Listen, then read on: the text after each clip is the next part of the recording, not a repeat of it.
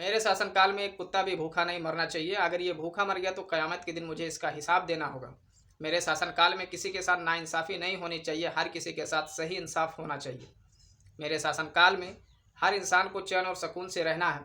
दुनिया का एक ऐसा बादशाह, एक ऐसा हुक्मरान जिन्होंने अपनी जनता के लिए, अपने लोगों के लिए ज़िंदगी भर कोशिश की, हमेशा उन्हें सुख देने की, आराम में रखने की, पहुँचाने की, और अपने बादशाह होते हुए भी, शहंशाह और राजा होते हुए जो भी कह लीजिए, वो ऐसे कपड़े पहनते थे जिस पे कई सारे पैबंद लगे होते थे, सिले होते थे कई जगह से। वो बादशाह की इस तरह से ज़िंदगी गुजारे, और जब उनका इंतकाल हुआ तो इंतकाल के समय उनके ऊपर कुछ कर्ज था, जिसकी अदायगी के लिए उनके उनके जो पुराने घर थे उन्हें बेच करके वो कर्ज अदा किया गया। एक ऐसे बादशाह की कहानी जिन्होंने दुनिया को इंसाफ का रास्ता दिखाया, एक नई व्यवस्था दी दुनिया को। आज जो हमारे देश में या इस पूरी दुनिया में जो लोकतांत्रिक व्यवस्था कायम है, एक देश को कई राज्यों में बांटने की जो प्रथा है, और हर राज्य का एक मुख्यमंत्री होता है, देश का एक प्रधानमंत्री होता है, जिस प्रधानमंत्री के अंडर में सारे लोग अपना अपना काम का संचालन करते रहते हैं और सारे लोग रहते हैं। ये तमाम सारी चीज़ें, तमाम सारी व्यवस्थाएं एक ऐसे बादशाह ने दी, एक ऐसे हुक्मरान ने दी, जिन्हें हम कहते हैं हज़रत उमर रजी अल्लाह ताला अन्हु। जी हाँ, हज़रत उमर रजी अल्लाह ताला अन्हु वो शख्स थे जिन्होंने इस पूरी कानूनी व्यवस्था को, पूरी दुनिया को एक नई गाइडलाइन दी। वैसे तो लोग ये समझते हैं कि दुनिया का सबसे बड़ा जो बादशाह गुजरा, जो विजेता गुजरा, वो सिकंदर है, लेकिन बताते चलें आपको कि सिकंदर के बारे में ज़्यादातर लोग यही जानते हैं। और अगर स्टडी आप करते हैं इतिहास की, हिस्ट्री की, तो आप देखेंगे, अगर हज़रत उमर रज़ियल्लाहु ताला अन्हु के बारे में आप देखते हैं तो आपको ये जानकारी मिलेगी कि हज़रत उमर रज़ियल्लाहु ताला अन्हु ने इस दुनिया के ज़्यादातर हिस्सों पे हुकूमत की। जो सिकंदर द्वारा जो हुकूमत की गई थी, उन ज़मीनों से ज़्यादा ज़मीन इनके पास थी। ज़्यादा देशों पर, ज़्यादा मुल्कों पर इन्होंने हुकूमत की, और सारी हुकूमत को सही ढंग से नियंत्रण में रखने के लिए इन्होंने ये सिस्टम लागू किया कि अब इनको अलग अलग हिस्से में बांटा जाए और इनमें राज्य बनाया जाए, इनके अलग अलग हुक्मरान बनाए जाए, गवर्नर बनाए जाए। और इस तरह से हज़रत उमर रज़ियल्लाहु ताला अन्हु ने एक नई दिशा प्रदान की, इस पूरी दुनिया के लिए एक नई गाइडलाइन जारी की। सिकंदर सिर्फ दुनिया को जीतता गया। वो 20 साल की उम्र में बादशाह बन गया, और 20 साल की उम्र में बादशाह बनने के बाद यूरोप, तुर्की, ईरान, सीरिया, यरूशलेम, मिस्र को जीतता हुआ वो भारत आया। भारत में पोरस को हराया और फिर यहाँ से वापस जाने का इरादा किया, लेकिन रास्ते में बुखार होने की वजह से उसकी मौत हो जाती है। उसके बाद, उसकी मौत के कुछ ही साल के बाद, उसकी जो सल्तनत थी वो कई हिस्सों में विभाजित हो जाती है और फिर खात्मा हो जाता है उसका। चूँकि वो सिर्फ दुनिया को जीतता गया, सिकंदर जो था, और दुनिया को कोई गाइडलाइन नहीं दिया, कोई निज़ाम नहीं दिया।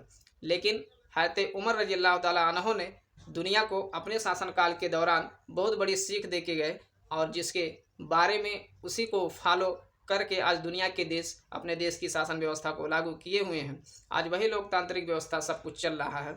आज इस पूरी दुनिया के बहुत सारे देश इसी नियम को अपनाए हुए हैं। आपको बताते चलें कि हज़रत उमर रज़ियल्लाहु ताला अन्हु एक ऐसे शख्स थे जो चाहते थे कि हर इंसान के साथ सिर्फ इंसाफ हो, किसी के साथ नाइंसाफ़ी नहीं होनी चाहिए। और वो जगह जगह जो आज हम देखते हैं कि जगह जगह फ़ौजियों की व्यवस्था की गई है, जेल की व्यवस्था की गई है, छावनियाँ बनाई जाती हैं, थाने बनाए जाते हैं। ये सारी व्यवस्था, सारे सिस्टम जो है हज़रत उमर रज़ियल्लाहु ताला अन्हु ने अपने समय में लागू किया।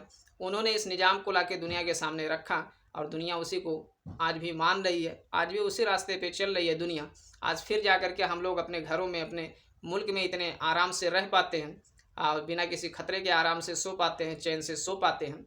आज दुनिया के हर हुक्मरान को, हर देश को इनसे और भी सीख लेने की ज़रूरत है, क्योंकि आज देश में लोग परेशान हैं। बहुत अनेकों तरह की समस्याएं आती हैं उनके सामने। आज ऐसा देखा जाता है कि लोग सर्विस में आ करके, सरकारी पोस्ट पे आ करके अक्सर ये मामले सुनाई देते रहते हैं कि वो अभी उनके पास कुछ नहीं था, लेकिन साल 2 साल में, 4 साल में बहुत ज़्यादा प्रॉपर्टी हो जाती है उनके पास। दिन दूनी रात चौगुनी बढ़ने लगते हैं। आखिर इतनी दौलत उनके पास आती कहाँ से है? इस पे नियंत्रण रखने की ज़रूरत है। सारे दुनिया के देश के मुख्यमंत्री, प्रधानमंत्री, जो भी गवर्नर हैं, जो भी शासक हैं, सबको इनसे सीख लेने की ज़रूरत है। बच्चे बच्चे को सीख लेने की ज़रूरत है कि किस तरह से हुकूमत होनी चाहिए देश में, और किस तरह से लोगों को शांति देनी चाहिए, सुख देना चाहिए देश में अपने। आज हमें इनसे बहुत बड़ी सीख लेने की ज़रूरत है। हज़रत उमर रज़ियल्लाहु ताला अन्हु ने अपने समय में ये नियम लागू किया कि जब किसी को सरकारी पोस्ट दिया जाता था, कोई वाहदा दिया जाता था, सरकारी पद दिया जाता था, तो उस समय उसके पास कितनी संपत्ति है इसकी पूरी जांच पड़ताल की जाती थी और उसे नोट कर लिया जाता था, उसे कहीं पे लिख लिया जाता था। और समय के साथ जैसे वक्त बीतता था फिर उसकी जांच पड़ताल की जाती थी। अगर संपत्ति में ज़रूरत से ज़्यादा इजाफा होता था, बढ़ोतरी ज़्यादा पाई जाती थी, तो फिर दोबारा उसकी जाँच की जाती थी। ये इसलिए किया जाता था कि कहीं ऐसा तो नहीं कि ये जो है लोगों से सूद ब्याज घूस वगैरह लेने लगे हैं, लोगों का शोषण कर रहे हैं ये, और जिससे आम जनता जो मजबूर लोग हैं, जो असहाय लोग हैं, जो परेशान लोग हैं, वो और भी परेशानी में आ रहे हैं। आज हज़रत उमर रज़ियल्लाहु ताला अन्हु के नियम कानून से, उनके दिए गए गाइडलाइन से हम सबको सीखने की ज़रूरत है। हमारे देश के या पूरी दुनिया के जो लीडर्स हैं सबको सीखने की ज़रूरत है। हर देश को ज़रूरी है कि अपने देश में वो शासन व्यवस्था सुदृढ़ करे, मजबूत करे और देश में शांति रखे ताकि लोग आराम से रह सकें। सिकंदर ने तो दुनिया को सिर्फ फतह किया, दुनिया को जीता, लेकिन कोई गाइडलाइन नहीं दी सिकंदर ने। वो सिर्फ दुनिया को जीतता गया और गाइडलाइन ना देने की वजह से उसके मरने के कुछ ही साल के बाद उसकी सल्तनत का खात्मा हो गया, बिखर गई उसकी सल्तनत और कुछ हासिल नहीं हुआ।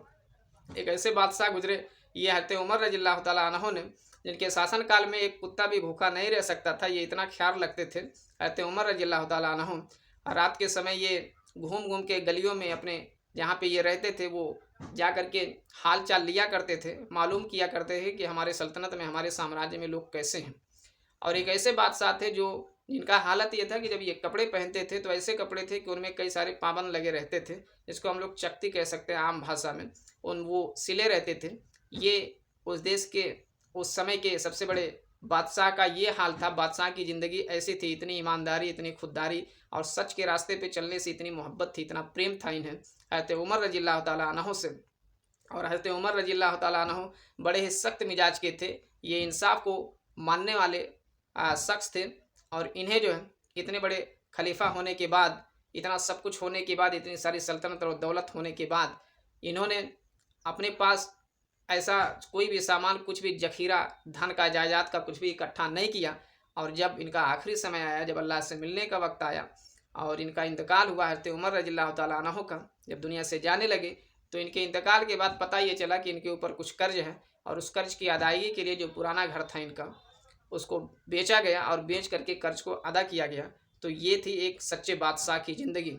एक सच्चा बादशाह इस तरह से ख्याल रखता अपनी रियाया का, अपने सल्तनत के लोगों का, अपनी प्रजा का। एक सच्चा बादशाह इस तरह से होता है जिसके शासनकाल में एक कुत्ता भी भूखा नहीं रहता है। एक सच्चा बादशाह, एक सच्चा हुक्मरान अपने लोगों के साथ कभी भी नाइंसाफ़ी नहीं होने देता। एक सच्चा बादशाह जो होता है, एक सच्चा हुक्मरान जो होता है, वो इस तरह से लोगों का ख्याल रखता है कि ज़रा भी उन्हें दुख ना पहुँचे और हर किसी के साथ इंसाफ हो, उसके समय में, उसके साम्राज्य में लोगों को तकलीफ़ ना पहुँचे, हर कोई आराम से रहे। आज हर किसी को सीख लेने की ज़रूरत है। आप सभी हुक्मरानों को सीख लेने की ज़रूरत है, सभी लोगों को सीख लेने की ज़रूरत है। आज जो भी ये शासन व्यवस्थाएं, जो भी समाज में शांति रखने के लिए पुलिस की व्यवस्था की गई, जो भी छावनियाँ बनाई गई, जो भी थाने बनाए गए, ये सारी की सारी व्यवस्थाएं सब हज़रत उमर रज़ियल्लाहु ताला अन्हु ने अपने समय में की, वही आज भी चल रही हैं। तो इन सारी चीज़ों पे अमल अगर हो रहा है तो और भी चीज़ों पे अगर अमल हो जाए तो ये बड़ी अच्छी बात होगी। देश की जनता जो होगी वो बड़े आराम से रहेगी। इस पूरी दुनिया के हर मुल्क की जनता बड़े अमन व सुकून से रहेगी, बड़े आराम से रहेगी, जब जनता के साथ, लोगों के साथ हमेशा इंसाफ होगा।